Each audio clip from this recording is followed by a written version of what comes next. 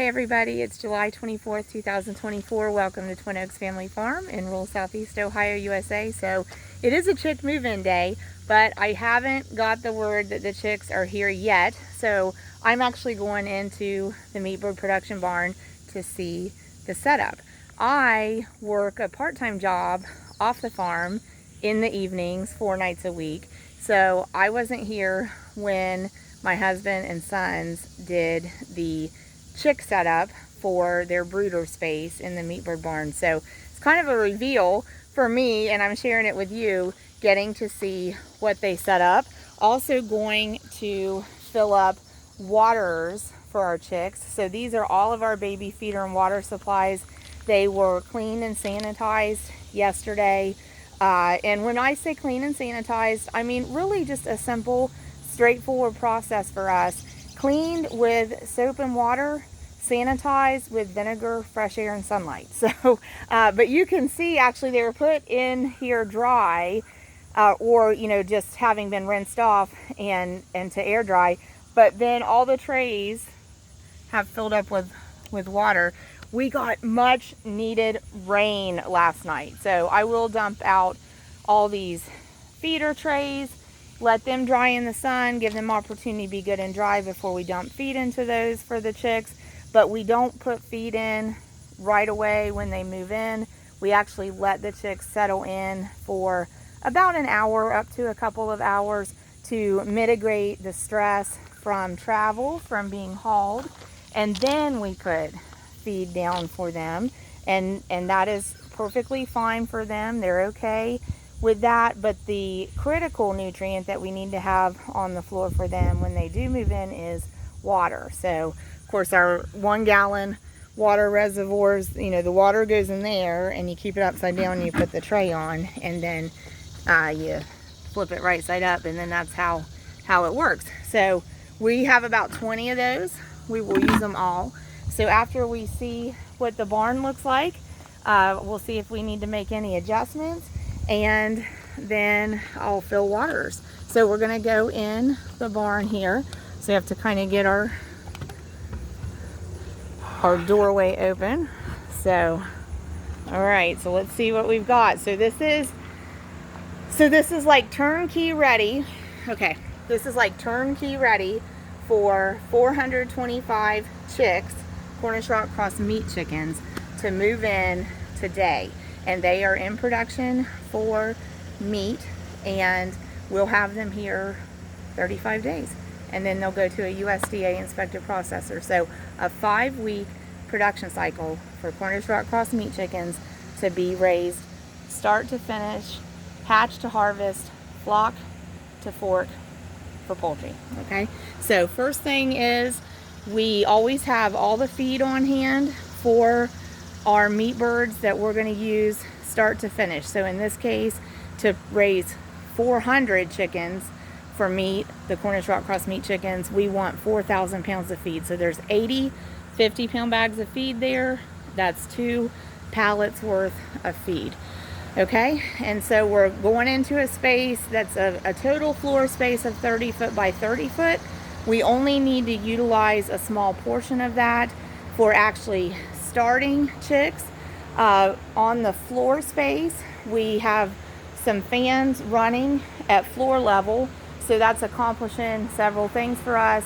It's enhancing and accentuating like the air movement, air exchange, keeping the air moving around.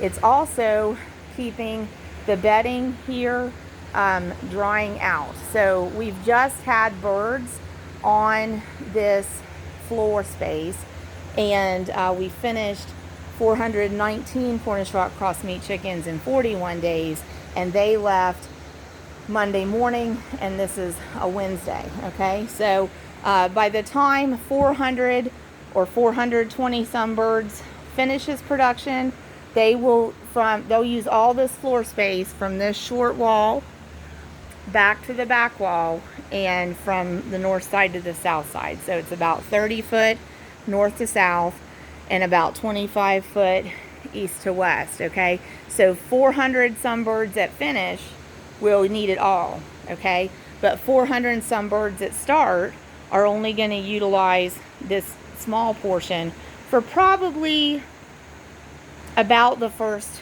week and a half. Hopefully we can contain them in here for about a week and a half.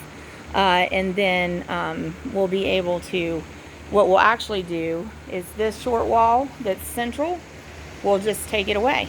And then those birds can just gradually move into the rest of the space, fill the rest of the space, use it the way they want to, interact with it the way they want to for the rest of production. So this also already had bedding on it. I do have 3 brand new bags of bedding, okay?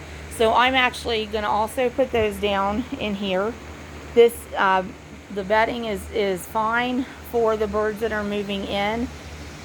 Even though we've had birds on it, we are confident going ahead and reusing it. So I can see that all of this bedding has been reconditioned in that it's been aerated and tilled, and so that is a good thing, in that any pathogen potential that was trapped under packed bedding has been turned up and exposed to air and should have opportunity to not be a threat to the birds that we have moving in, okay?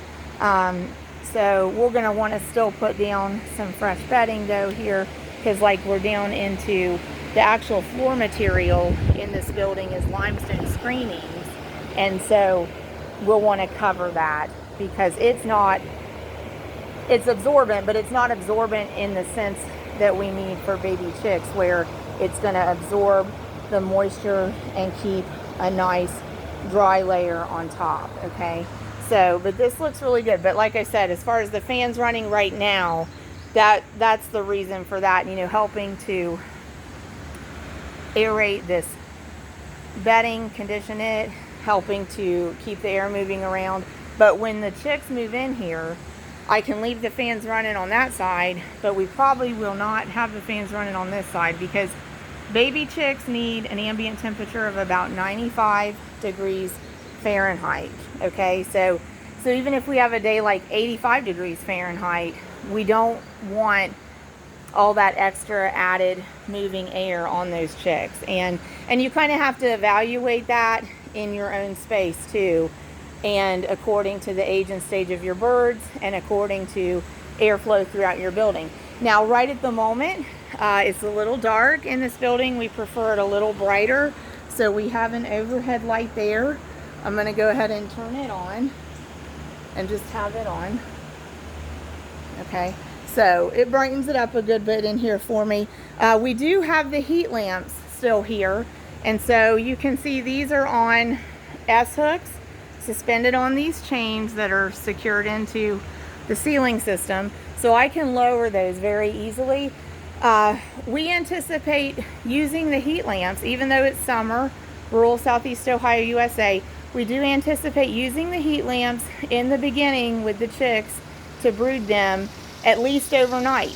If we get daytimes that are in the 90s, we'll probably be able to turn them off. But if it stays in the 80s or 70s and gets down in the 60s overnight, they're going to be cool. And to little tiny chicks, just variations of a few degrees in temperature matter a great deal. So we're not going to want to have chicks, say like overnight in 66 degree temperature without some kind of targeted warmth for them to be under. So we'll have to just gauge and evaluate that after the chicks have moved in as we use it.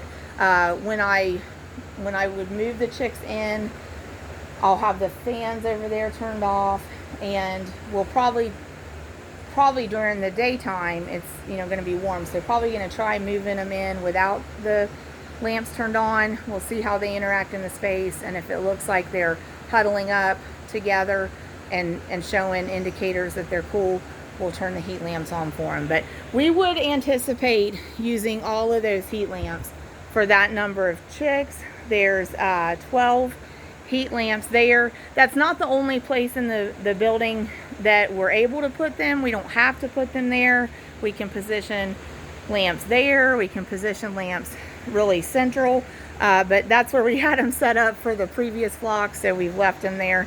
So we'll just have to see. But that's now at this stage of the game, waiting on the chicks to arrive. That's what I'm fixing to do to complete the preparation process.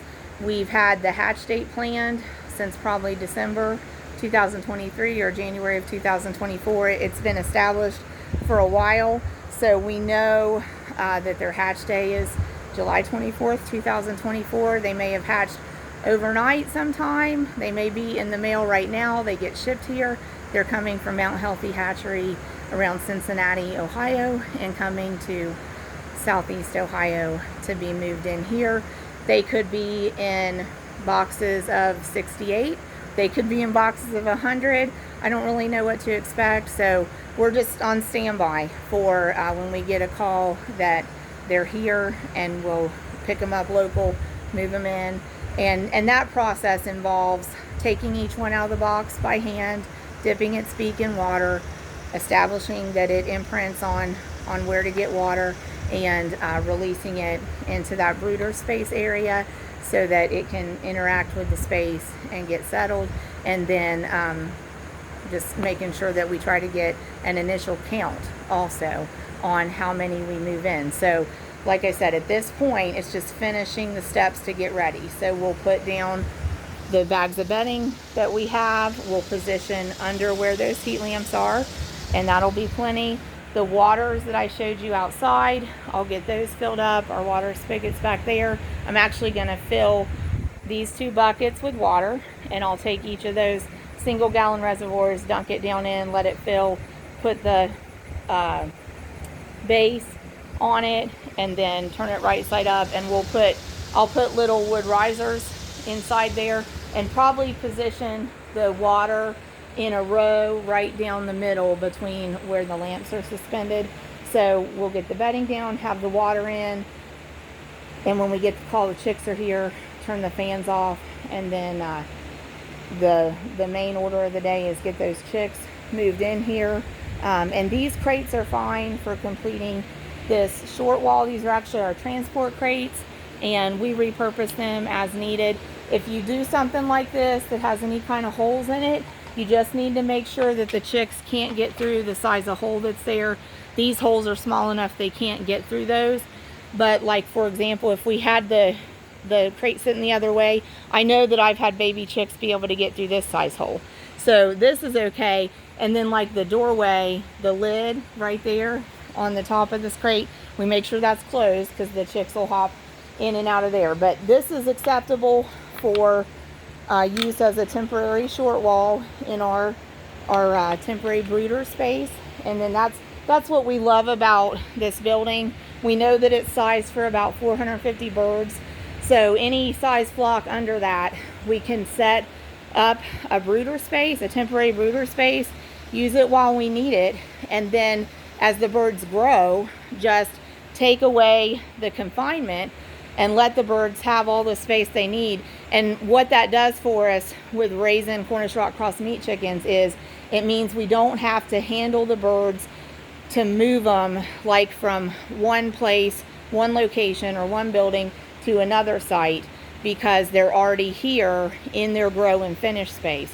We make a temporary brooder as a confinement in the space that they'll finish in, so that it's just one continuous, seamless step from where they are started to where they grow and where they finish. And that eliminates a stress of potentially having to move them at some point during production. And with meat chickens, that's one of the big things. The more stress we can eliminate, the more successful those flocks are going to be for us. So anyway, so we are excited to get the next group of chicks moved in, and we hope that you will join us here on Twin Oaks Farm Poultry on YouTube, here at our happy little home place, Twin Oaks Family Farm in rural Southeast Ohio, USA, to see how we take a group of meat birds from start to finish. And this time we're going to do it in 5 weeks. So please keep checking in with us. The meat birds will move in today, July 24th, 2024, and we will keep you posted day to day on how they're growing.